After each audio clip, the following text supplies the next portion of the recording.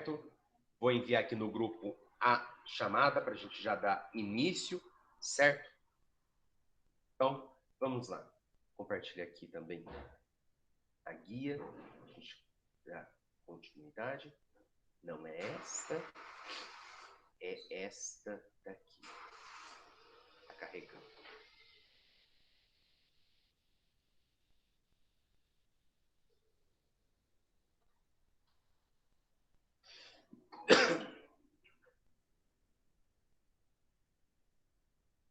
Por que saiu? Eu tinha deixado já separado. Então, tá, enquanto vai carregando, nós havíamos parado no exercício 7, certo? Se a minha internet colaborar, né? Aí fica fácil.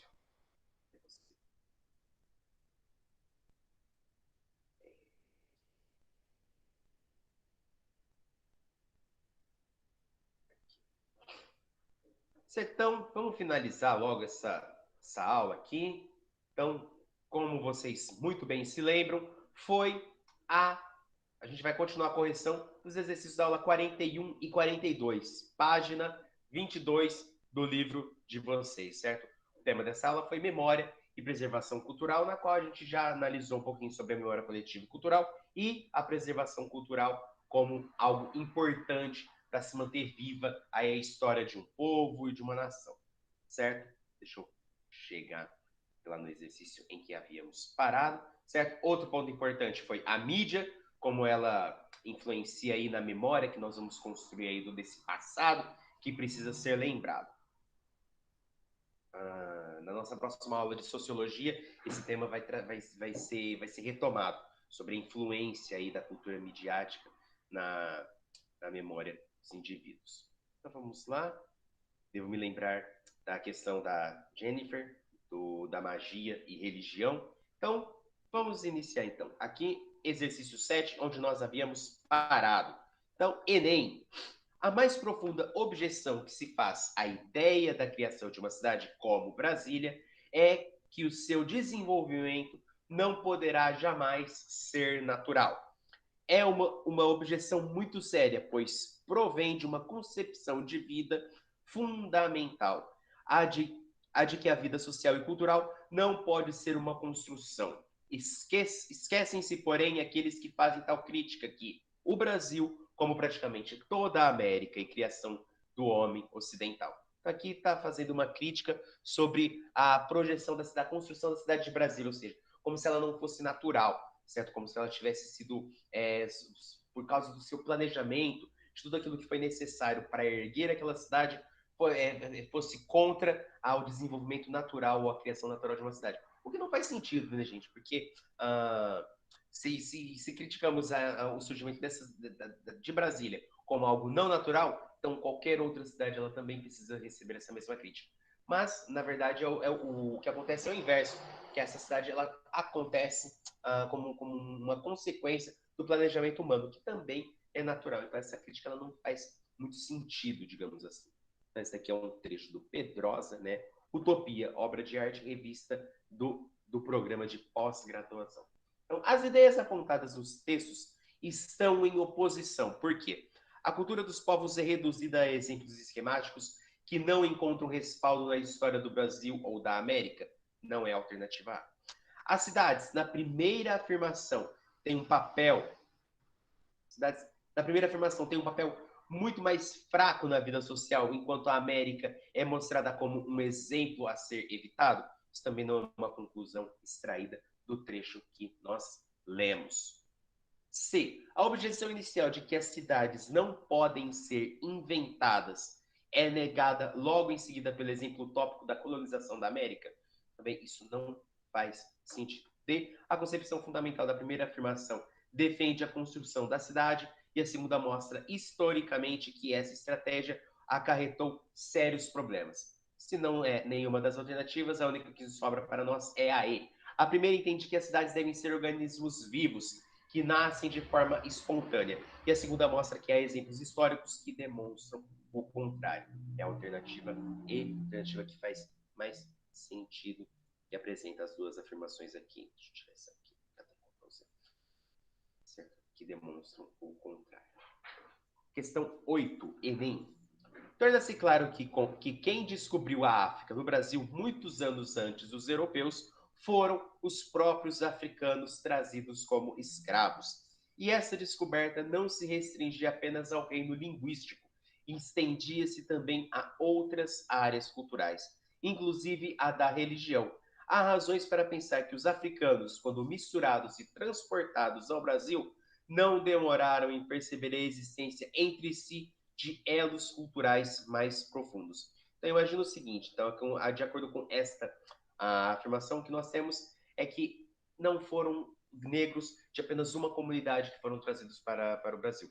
Foram de comunidades diferentes, muitas vezes comunidades que tinham conflito entre si. Certo? Então, quando eles foram todos misturados e chegaram aqui, eles descobriram a diversidade cultural do próprio país de origem, certo? E essa própria miscigenação contribui aí para toda a formação da étnica e cultural que nós temos hoje no nosso país, certo? Então, isso daqui é uma das interpretações que a gente pode extrair aqui desse trecho de Slames.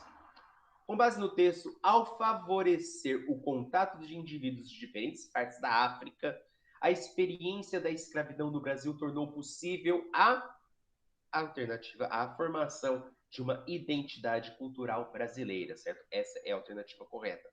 Não é B, C, D e E, porque superação e aspectos culturais africanos por antigas tradições europeias. Então, isso daqui, primeiramente, porque isso daqui está remetendo a um certo tipo de etnocentrismo. C. Reprodução de conflitos entre grupos étnicos e africanos. Não, na verdade, o que a questão está mencionando é justamente o contrário. Não tem essa reprodução dos conflitos. Se esses conflitos existiam, eles existiam nos seus próprios países. Quando eles foram misturados e vieram para cá, parece que isso foi reduzido e aconteceu mais a troca étnica. D. Manutenção das características culturais específicas de cada etnia. Com certeza não também. Por quê? Porque é justamente o contrário que acontece. As características culturais se misturaram quando eles foram misturados nos navios negreiros, quando eles chegaram até aqui, certo? C e D, a justificativa são a mesma para o motivo de não serem as alternativas corretas. E resistência à incorporação de elementos culturais indígenas.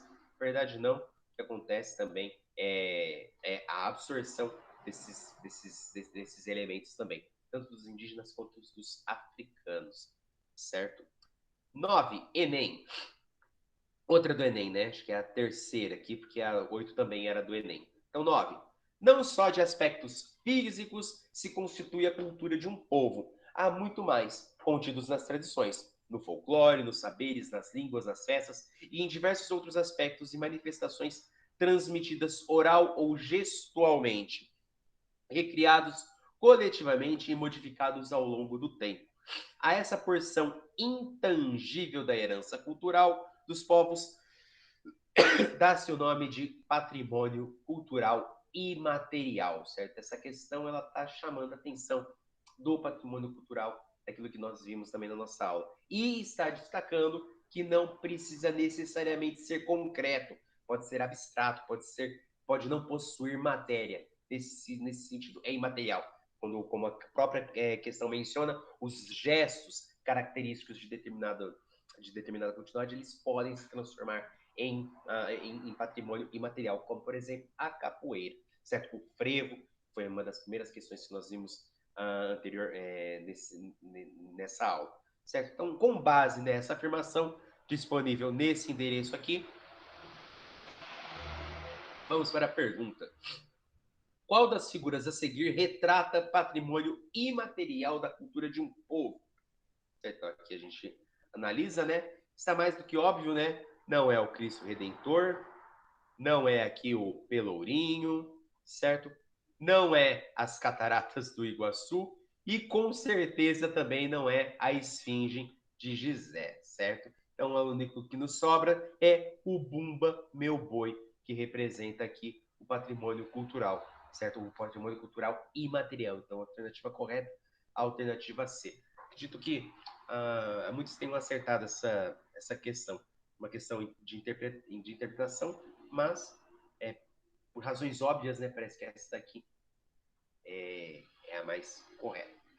Jennifer, chegamos aqui na questão que você havia mencionado que ficou com dúvidas. Não só você, mas também outros outros colegas da sua turma. Então vamos ler aqui juntinhos. Então, leitura complementar. O fragmento a seguir, de autoria das antropólogas brasileiras Marina de Andrade Marconi e Zélia Maria Neves Pressoto, discute a maneira como a religião e a magia estão presentes em todas as culturas. Certo? Então, aqui, religião e magia é algo que está presente em todas as culturas, certo? Sejam elas primitivas, sejam elas ditas civilizadas. É algo que nós carregamos. Então, isso aqui são elementos que os antropólogos, aqueles que estudam a sociedade, eles perceberam. Magia, religião, rituais, práticas com substâncias enteógenas. Existem vários elementos que todas as culturas elas possuem. Nessa questão especificamente, ela está chamando a atenção para a religião e para a magia. Então vamos lá. Religião e magia. A religião é um aspecto universal da cultura e, juntamente com a magia, tem despertado o interesse de vários cientistas desde o século passado. Todas as populações estudadas pelos antropólogos demonstraram possuir um conjunto de crenças em poderes sobrenaturais de alguma espécie, certo? Então, já por causa dessa afirmação, é algo curioso, no mínimo curioso, extremamente pertinente. Por quê? Porque independente do lugar de onde determinada comunidade está se formando, nós percebemos os elementos sobrenaturais. Então, o que acontece com o ser humano como espécie, que independente de onde ele surge, ele possui aqui esses elementos. Essa é uma questão antropológica, certo? O que faz o homem recorrer a esse sobrenatural, aquilo ou de inexplicável, para tentar justificar aí, para tentar explicar, usar o inexplicável, o sobrenatural, para explicar sua própria realidade. Então, essa é a reflexão da antropologia. As sociedades frequentemente desenvolvem normas de comportamento com a finalidade de precaver contra o inesperado, o imprevisível, o desconhecido e de estabelecer certo controle sobre as relações entre o homem e o mundo que o cerca, certo? Então, através dessas criações culturais, vai sendo delimitada a própria ação humana. As normas religiosas de comportamento baseiam-se nas incertezas da vida e variam muito de uma sociedade para outra. Entretanto, tornam-se mais evidentes nos momentos de crise, ou seja, nascimento, adolescência, casamento, enfermidade, fome, morte, etc. Então, existem normas de comportamento e, como estamos fazendo essa ponte com o sobrenatural, esse recuo não é recuo, essa ação do homem de recorrer ao sobrenatural, ele se mostra cada vez mais forte nesses momentos de crise. Ou seja, existe aquele exemplo do avião que está caindo, né? Aí o ateu, ele começa a rezar, pedindo para que Deus salve esse avião da turbulência, desse desastre iminente, certo? Então, um exemplo que a gente pode fazer desses momentos de crise que forçam aí o ser humano a recorrer a esse sobrenatural. Por meio de cultos e rituais, públicos ou privados, os homens tentam conquistar ou dominar pela oração, oferendas, sacrifícios, cantos, danças, etc., a área do seu universo não submetida à tecnologia. Então, existe aqui a diferença entre essa crença e essa tecnologia, ou seja, essa fé e esse desenvolvimento, essa fé e o desenvolvimento tecnológico, a ciência, certo? E outra coisa, que é a esperança ou a crença de que aquilo que o homem está fazendo com as suas ações, com seus rituais, vai influenciar a sua realidade concreta, certo? Isso acontece com aquela famosa dança da chuva que nós vemos de forma pejorativa das comunidades tribais, e também percebemos em outras comunidades, por exemplo, os sacrifícios que os gregos faziam para os deuses, certo? Ou para Poseidon, para tentar acalmar os mares, para conseguir uma viagem tranquila, para Ares, o deus da guerra, para eles obterem vitória em algum combate, certo? Então, existe aí não somente a tentativa de explicação da vida material, da vida concreta, da vida cotidiana, mas também a influência que a fé, com seus diversos rituais, produzem aí na vida humana. Deixa eu autorizar. Os registros arqueológicos mais antigos sobre religião datam do Paleolítico Superior, com o homem de Neandertal, que enterrava seus mortos com oferendas, demonstrando assim uma crença em algo sobrenatural. Eu particularmente acho isso muito interessante porque imagina o primeiro ser humano que morreu, certo? Então a gente vivia numa comunidade tribal, um de nós morre, a gente não entende aquilo que está acontecendo, essa pessoa, com o passar do tempo, a gente percebe que ela simplesmente acabou a vida dela, só que ela vai surgir nos nossos sonhos.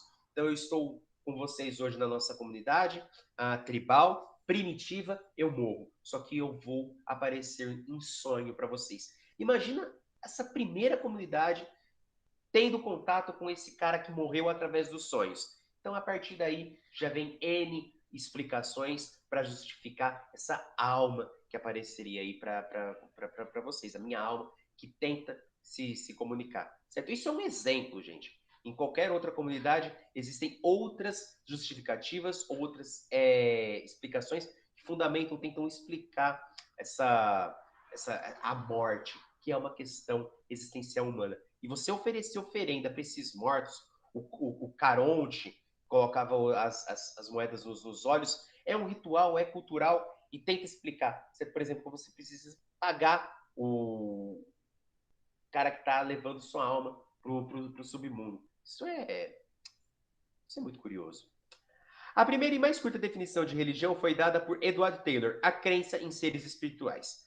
Fraser, Durkheim, Maret, Hubert, Maus, Spencer, Lowe, Malinowski, Radcliffe Brown, Levi-Strauss, Peart, Evans, Pritchard, isso tudo são alguns sociólogos que também se concentraram no estudo aí da morte. E outros realizaram estudos analíticos e comparativos sobre religião.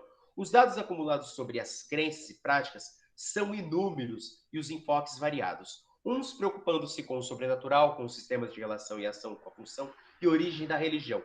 Outros dando maior importância, ora às crenças, ora às práticas. Para alguns, existem diferenças entre religião e magia. Para outros, os comportamentos são mágicos religiosos, ou seja, ligam a magia à religião. Então, já nesse trecho aqui, nós temos aí uma possível crítica. Por exemplo, a religião, vocês, eu não sei se já foram batizados, se possuem alguma religião, mas vocês são fortemente instigados a entender a religião de vocês como religião. Os rituais da religião de vocês como algo que possui muito mais força, muito mais explicativa, muito mais sólido do que a magia praticada pelos índios, a magia praticada pelos pagões, o lado supersticioso de alguns grupos, certo? Então existe essa diferença entre aquilo que eu encaro como superstição ou magia e a minha religião, que é correta. Os antropólogos, eles também possuem essa diferença entre as crenças e as práticas, mas de maneira geral eles compreendem aí todos esses rituais como mágicos religiosos, colocam tudo no mesmo saco, certo? Belz e Roger conceituam a religião como a crença em seres sobrenaturais, cujas ações relativas ao homem podem ser influenciadas e até dirigidas. Hobel e Frost consideram a religião como a crença em seres sobrenaturais e os consequentes modos e comportamentos em virtude dessa crença. Então aqui tem o adicional, não é apenas a crença em seres sobrenaturais, mas o efeito dessas crenças na própria ação humana. Ou seja, são crenças que afetam a maneira de agir, certo? Como, por exemplo, casamento, ou enterrar, ou cremar os mortos, colocar eles em navios, como os vikings faziam, certo? Existem as práticas de acordo com as crenças. As crenças em poderes sobrenaturais ou misteriosos estão sempre associadas a sentimentos de respeito e veneração, expressos em atividades públicas ou não. Para Evans Pritchard, os fatos da religião primitiva devem ser explicados não em si mesmos, mas em relação com outros fatores, ou seja, com aqueles que com ela formam um sistema de ideias e práticas e outros fenômenos sociais que se associam. Não é, portanto, um fato isolado dentro da cultura. Ligam-se à organização social, política, econômica, atividades de lazer, estética, etc. Os antropólogos, em geral, concordam que a religião é formada por um sistema de crenças e práticas e que todas as sociedades possuem a sua visão do universo. Ou seja, você, para fazer também todas essas análises, você não pode simplesmente pegar as crenças e analisá-las de forma separada. Não, existe um contexto social que justifica aquela crença. Por exemplo, a gente pega aí o Thor, que luta contra os gigantes de gelo na mitologia nórdica, certo? Aquele lugar era frio, então nada mais mais óbvio do que ele lutar contra esses gigantes de gelo. Ou os indígenas que moravam perto dos rios e acreditavam no boto, que também era uma forma de você falar para as mulheres terem cuidado ao nadar perto dessas margens. Certo? Então, existe um contexto social, algo que influenciou a criação daquele mito que tenta explicar a realidade e transmitir determinado tipo de valor. Certo? Então, de maneira resumida, é isso que a gente encontra quando analisa essas questões sociais e antropológicas. Indo agora para a pergunta. Segundo o texto, a religiosidade é um aspecto universal da cultura. De algum modo, os povos procuram, por meio dela, explicar suas visões de mundo. Qual a relação que podemos estabelecer entre a religião e a magia, conforme o fragmento transcrito e as questões temporais discutidas na sessão para debater no início do capítulo? Você acha que a religião se volta mais para o passado, para o presente ou para o futuro? Explique seu ponto de vista, certo? Então aqui a gente vai ler aqui o gabarito, certo? Eu vou apresentar então aqui o gabarito para vocês, que vocês já devem estar conseguindo ler, e depois eu abro para alguém fazer as possíveis dúvidas que possam ainda permanecer. Então, de acordo com o texto, todas as populações estudadas pelos antropólogos demonstram possuir um conjunto de crenças em poderes sobrenaturais de alguma espécie. Essas crenças estão sempre ligadas ao passado. Em primeiro lugar, porque elas fazem parte da memória coletiva. Em segundo, porque as religiões costumam ser uma explicação para a origem da humanidade e do universo.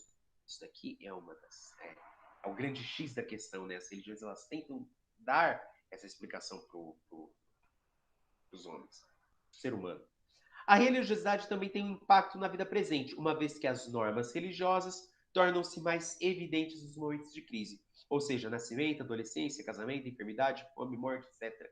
Sinais de que as pessoas creem no poder transformador da religião no dia a dia. Por fim, a religião se volta para o futuro também, quando as sociedades desenvolvem normas de comportamento com a finalidade de precaver contra o inesperado, o imprevisível, o desconhecido, por exemplo, a morte, tentar justificar o que acontece depois da morte. Eles pretendem ter certo controle sobre as ações entre o homem e o mundo que o cerca.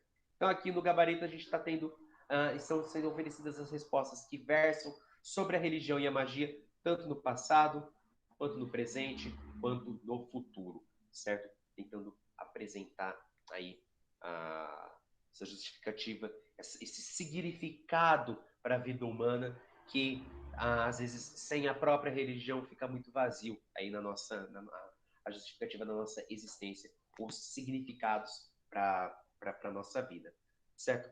Antes de passar então para a próxima questão, alguma dúvida? Jennifer, ficou um pouco mais claro do que essa questão estava trazendo? Talvez eu tenha me estendido muito no comentário sobre a leitura aqui dos parágrafos, mas eu tentei fazer bem mastigadinho para depois chegar aqui no gabarito que retoma aí boa parte daquilo que eu já comentei. Agora entendi melhor, depois vou fazer no plural. Beleza, Jennifer, agradeço. Fico feliz que tenha ficado claro. Alguém? Mais alguma dúvida, pessoal? Não? Então podemos passar para a próxima. Certo? Não tenham medo de perguntar, viu, gente? Se não conseguirem por aqui, enviem no plural. Aqui é mais fácil porque aí eu já consigo explicar oralmente para vocês, né? Às vezes lá no plural eu mando a devolutiva, nem sei se vocês estão lendo ou se ficou clara a minha explicação. É diferente. A narração, né? Algo que a gente também viu nas nossas aulas anteriores, do que na escrita. Bom, enfim, então vamos finalizar para o nosso último texto daqui da leitura complementar. O texto a seguir foi escrito pelo professor Reinaldo Marques, por ocasião de um evento na UFMG, que discutia a importância dos arquivos literários para a manutenção do nosso patrimônio cultural. Isso é uma questão importante. Por quê? Porque nós precisamos desses registros para manter viva a nossa memória, certo? Existe o pessoal que tenta fazer revisionismo histórico, revisionismo da língua, tentando tirar os preconceitos linguísticos, os preconceitos, os N preconceitos que existem nas obras literárias dos artistas do passado. Isso precisa se manter vivo para que para que isso sobreviva na nossa memória coletiva, certo? Como, por exemplo, Monteiro Lobato, suas afirmações racistas sobre a tia Anastácia, certo? Sobre as afirmações machistas de outros autores. Isso precisa permanecer vivo. Tentar eliminar isso dos livros de história é tentar apagar essa memória aí que nós possuímos, certo? Então, continuando. Então, Universidade, Memória e Patrimônio Cultural. Promovido pela Faculdade de Letras e pela coleção Arquivos da Unesco, o colóquio internacional dedicado ao tema Invenção do Arquivo Literário conta com a participação de renomados especialistas brasileiros e estrangeiros. Julgo importante ressaltar que a realização desse evento situa-se no âmbito de um conjunto de iniciativas, ações e intervenções voltadas para a questão da memória e do patrimônio histórico, cultural e artístico. Exemplo mais recente é o da restauração e revitalização do antigo Conservatório de Música, destinado a abrigar de forma permanente o acervo artístico e cultural da universidade. Outra iniciativa importante foi a criação de uma comissão de política de acervo empenhada no mapeamento dos diversos acervos da UFMG, com vistas a indicar medidas de prevenção e organização. São iniciativas que caracterizam um desejável e necessário cuidado com a nossa memória, regional e nacional. Trata-se de garantir uma gestão mais transparente e eficiente do patrimônio documental, científico e cultural da universidade, de preservar seus centros de documentação e seus arquivos, unidades fundamentais para a geração de informação e a organização de fontes de pesquisa. A relevância e o significado de tais medidas e iniciativas podem ser mais bem avaliadas diante do contexto atual de globalização e cultura mundializada, marcada por uma intensa preocupação com os lugares da memória e, ao mesmo tempo, por forte pressão de mecanismos de amnésia social histórica. Isso daqui é o mais importante, amnésia social, gente. É uma amnésia a nível coletivo, certo? A nível maciça essa amnésia. Responsável pela fetichização do passado. Ou seja, quando você começa a enaltecer determinados fatos do passado, você começa a ofuscar o lado vergonhoso desse mesmo passado. Exemplo, aqueles que fetichizam que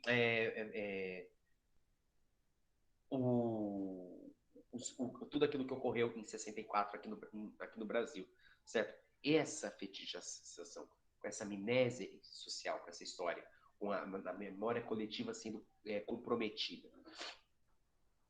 Com a fetichização do passado, convertidos em mercadoria no Disney World. Vivemos, paradoxalmente, uma crise da memória. Crise alimentada pelas transformações das nossas concepções do passado e das relações com ele estabelecidas. Antes, transparente e natural, sendo uma concepção linear e evolutiva do tempo histórico, o conteúdo do passado tornou-se-nos opaco, fonte de incertezas e inquietações. É inevitável não me lembrar daquele livro que, em praticamente todas as aulas de sociologia, eu recomendo para vocês, que é 1984, certo? Onde hoje está mais do que atual aí essa manipulação do passado, essa amnésia social, com essa fetichização de determinados acontecimentos, certo? Nós temos muita informação. Isso daqui, acho que a melhor criação e a nossa maior maldição que nos foi oferecida, certo? Tem um... porque aqui nós somos bombardeados com muita informação, nós estamos assimilando muita coisa, acabamos esquecendo aquilo que acontece e sem esse registro físico e com essa nossa memória não sendo trabalhada de forma detalhada, acaba influenciando e colocando tudo a perder aí que nós conseguimos. Deixa eu ir, porque eu estou me estendendo muito nos comentários hoje. Por outro lado, cabe destacar o papel importante da universidade na tarefa de preservação do patrimônio arquivístico, bibliográfico e até museológico do nosso país. É o que demonstra a criação de diversos centros de documentação e de memória a partir dos anos 1970, sobretudo na área das ciências humanas, dedicadas ao trabalho de reunião, organização e preservação de arquivos e coleções de conjuntos documentais diversos. Assim, a função original da organização e geração de novas informações incorporam também a tarefa de preservação de organização de fontes originais de pesquisa, ante a carência de investimento por parte do poder público na preservação de seu patrimônio e as dificuldades de acesso às fontes originais de pesquisa. Essa função acabou transferindo-se parcialmente para as universidades, ou seja, por causa da falta de investimento, acaba sendo transferida para as próprias universidades a tarefa de se manter a esses patrimônios.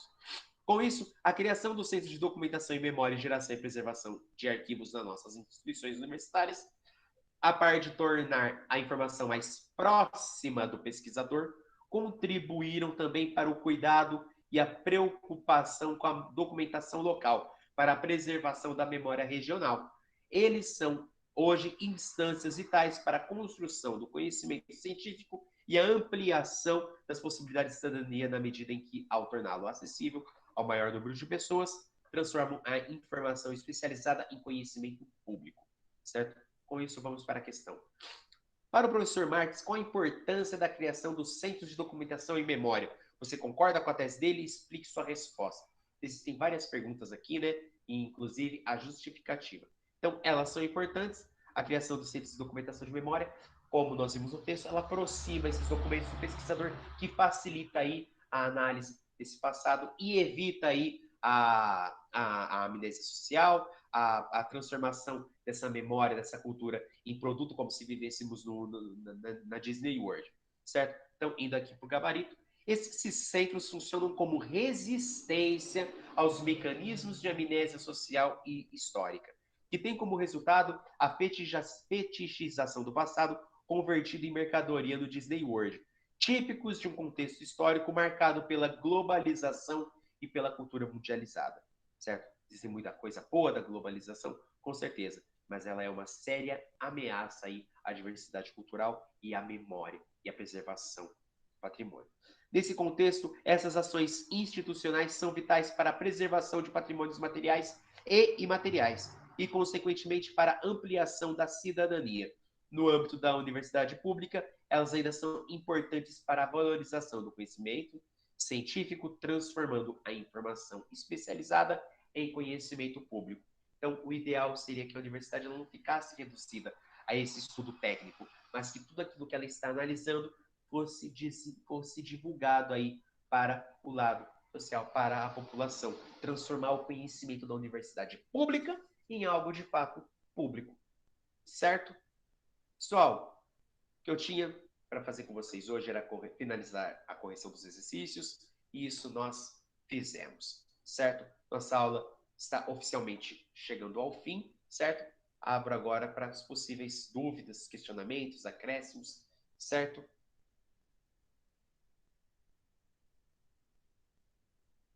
O pessoal enviou chamada?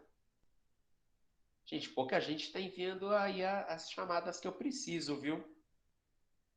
Eu que agradeço, gente. Obrigado, Carol. Obrigado, Jennifer. Certo? Tudo certinho. Obrigado. Tá certo, então, Nicolas. Então, até semana que vem, certo? Falou, valeu. Ô, Lucas, Oi. é o Matheus Orotti. Deixa eu te falar uma coisa, eu só não coloquei presente. Precisa colocar? É bom, Matheus, porque eu copio tudo que me enviam no chat, aí eu coloco certinho no meu diário. Mas como você começou a aula me informando do problema do áudio, eu já sabia que você estava online.